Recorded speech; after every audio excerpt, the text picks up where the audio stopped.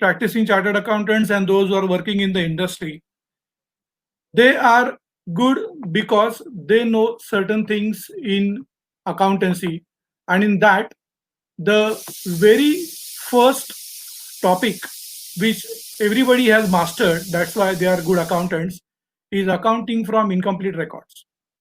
What it means, see, all of you must have studied in FYJC that there are three types of account. One is personal account, another is a real account, third one is nominal account.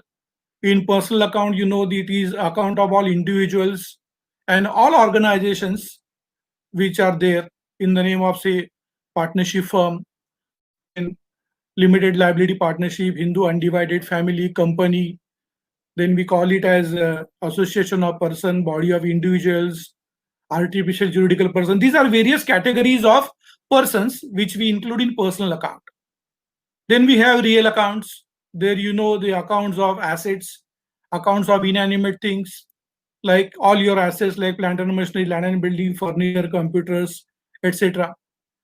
And then we have nominal account, the accounts of all expenses, losses, incomes, and gains. So this is the basic. One more thing that you all must be knowing, that for all these respective accounts, we have respective rules of debit and credit. For personal account, it is debit the receiver of the benefit and credit the giver of the benefit. Whereas for real account, you know, it is debit what comes in and credit what goes out. And for nominal account, it is debit all expenses and credit all incomes and gains. Now with this, now when we are here to see what is there in accounting from incomplete records, let me place on record that we have been studying double entry bookkeeping system since FYJC.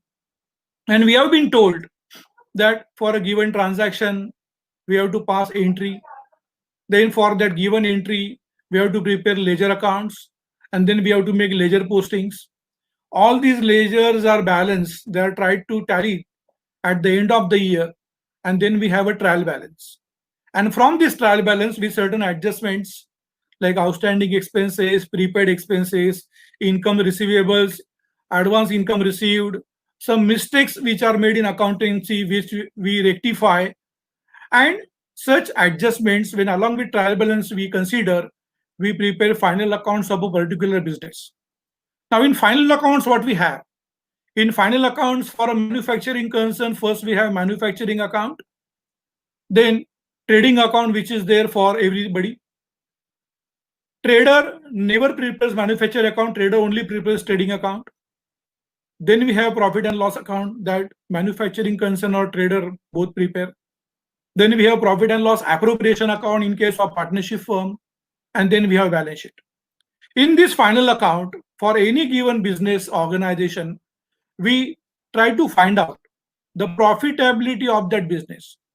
What do you mean by profitability? It means profit or loss made by that business during that particular year or period. And at the same time, by preparing balance sheet, what we are trying to show? We are trying to show the position of assets and liabilities of that business as at the accounting year end. But for that, what you have been studying in FYJC and SYJC, especially now those who are in degree college, they must be knowing that you are given a trial balance, you are given adjustments, and then you are only taught rather, or you have learned to just make postings. So debit item of trial balance either goes to debit side of manufacturing account, or debit side of trading account, or debit side of profit and loss account, or debit side of profit and loss appropriation account, or on the asset side, or on the liability side shown by way of deduction.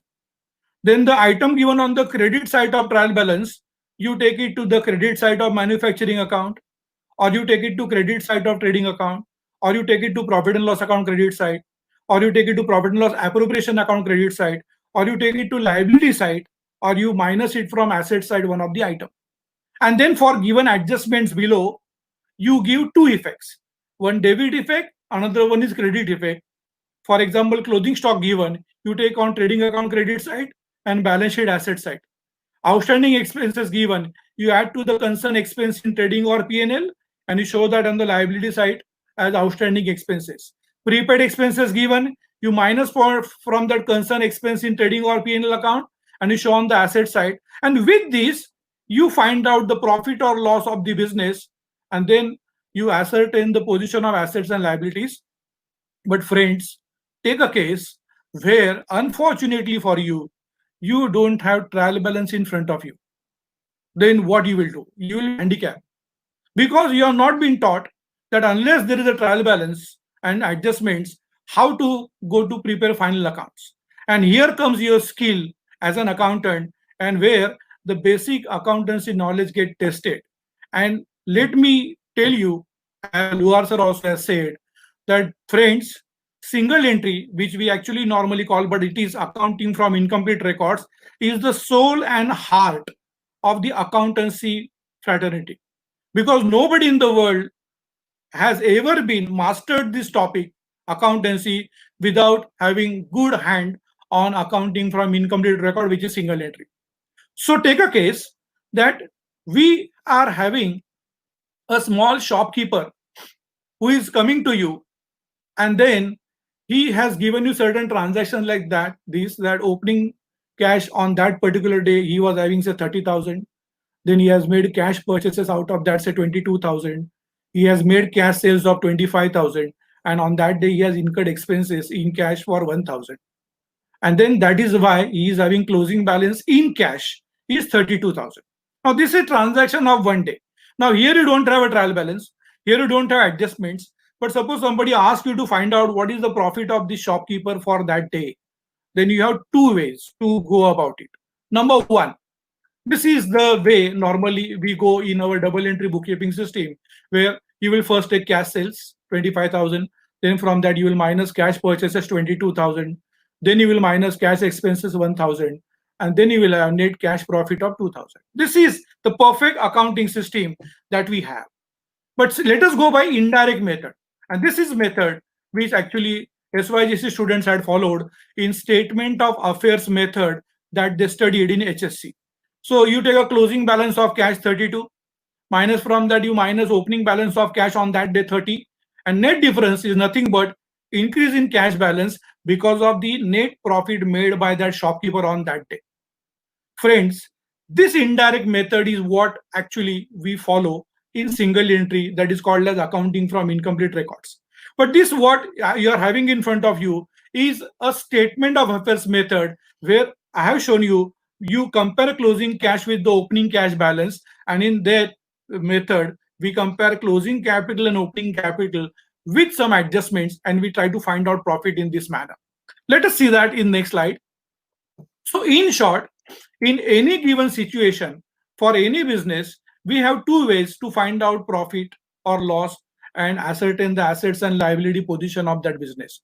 One is direct method, that is the proper double entry bookkeeping system, where we have been taught that transaction, entry, then ledger postings, then trial balance, adjustments, and final accounts. But there is indirect method, which is our subject for today, that is single entry bookkeeping system, and to which we call accounting from incomplete records. Now, what is there required in double entry bookkeeping system to have a proper books of accounts? We have cash book, which is maintained by the business. You must be knowing that all these business people have a red chopra, and they puja of that chopra in Diwali. And they are having that from Diwali to Diwali, but then we have from April to March. And in that chopra, that is the cash book for them, they record all the cash transactions made by them. That is cash received during that year and cash paid during that year.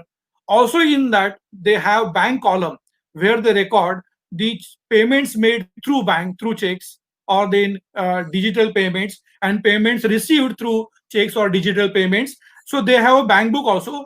And for this, they also have a ready-made bank passbook given to them, or bank statement given to them by the bank. Then one has purchase register for all purchases made during the year. Then that businessman also is having sales register. And very importantly, general ledger he is having in double entry bookkeeping system, where all the account related to all incomes and gains, expenses and losses, and assets and liabilities are prepared and maintained. This is the proper double entry bookkeeping system, where all these registers and books are maintained, so that both the debit and credit effects and aspects of the transactions are recorded. What is indirect then method? That is single entry bookkeeping system, which is subject for today. Here, unfortunately, the person to whom we are trying to help as an accountant is not having proper accountancy knowledge, like as a small shopkeeper or a panwala or for any small businessman for that purpose. So he is not having accountancy knowledge the way we have. He is not having accountant because he can't afford to pay to that accountant. Then what he does, as per his convenience and knowledge, he maintains only these books of accounts. So he maintains cash book, that Red Chopra I told you, bank passbook that he doesn't have to maintain because passbook is ready-made given by the bank or bank statement is given by the bank. Purchase register he maintains because he has to record all the purchases made by him. So that he is having. Similarly, sales register is maintaining because all the sales made by him in that particular day or a year, he has to record. And very importantly, that shopkeeper maintains one register of his customers and suppliers. That customers is nothing but a sundry debtors register and suppliers is sundry creditors register. You must be knowing, suppose you are buying certain groceries and certain things from particular shop in a month, then you must be knowing when you are not making payment on day-to-day basis and you are making monthly payment, that shopkeeper maintains one chopra, and in that he writes that so much amount of goods are supplied to you on this particular day. Say after 8 days again you go and buy something, he records, and then that record makes him to understand that how much you have to pay him at the end of the month, normally that we pay out of our salary and income. Similarly, suppliers, all these shopkeepers, when they supply something to us, they are buying from somebody. Normally, suppose a shopkeeper near to you, a grocery shopkeeper, he is buying, say, from Washi Market, APMC. Then he makes regular purchase from the suppliers.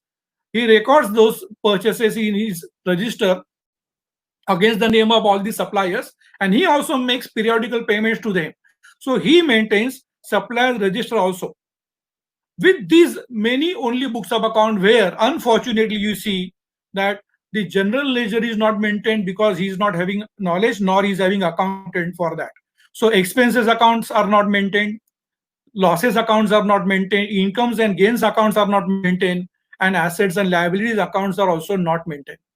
As a result of this, both the debit and credit aspects of the transaction cannot be recorded, because for that one has to have all the accounts, and as a result of that, the trial balance cannot be prepared under this incomplete bookkeeping system. And that is the reason why the normal way what you have been learning to prepare final account, given trial balance, given adjustments, and then you prepare, say, trading account, P&L, then P&L appropriation balance sheet, is not possible.